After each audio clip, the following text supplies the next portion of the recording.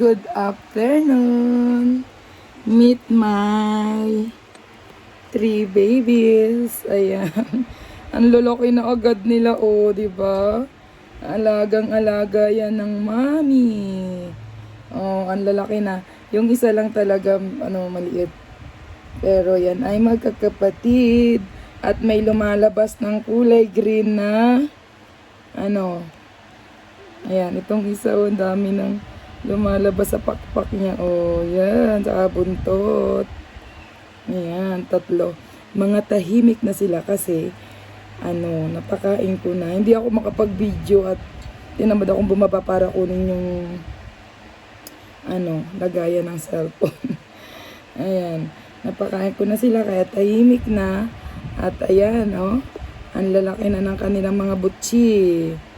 Ayan, wala pang pangalan tong 3 to. Ibibili ko muna ng ring kasi papangalanan ko sila. Sila ay handpid ko. Daig mo pang meron kang mas malala pa sa sa isang baby.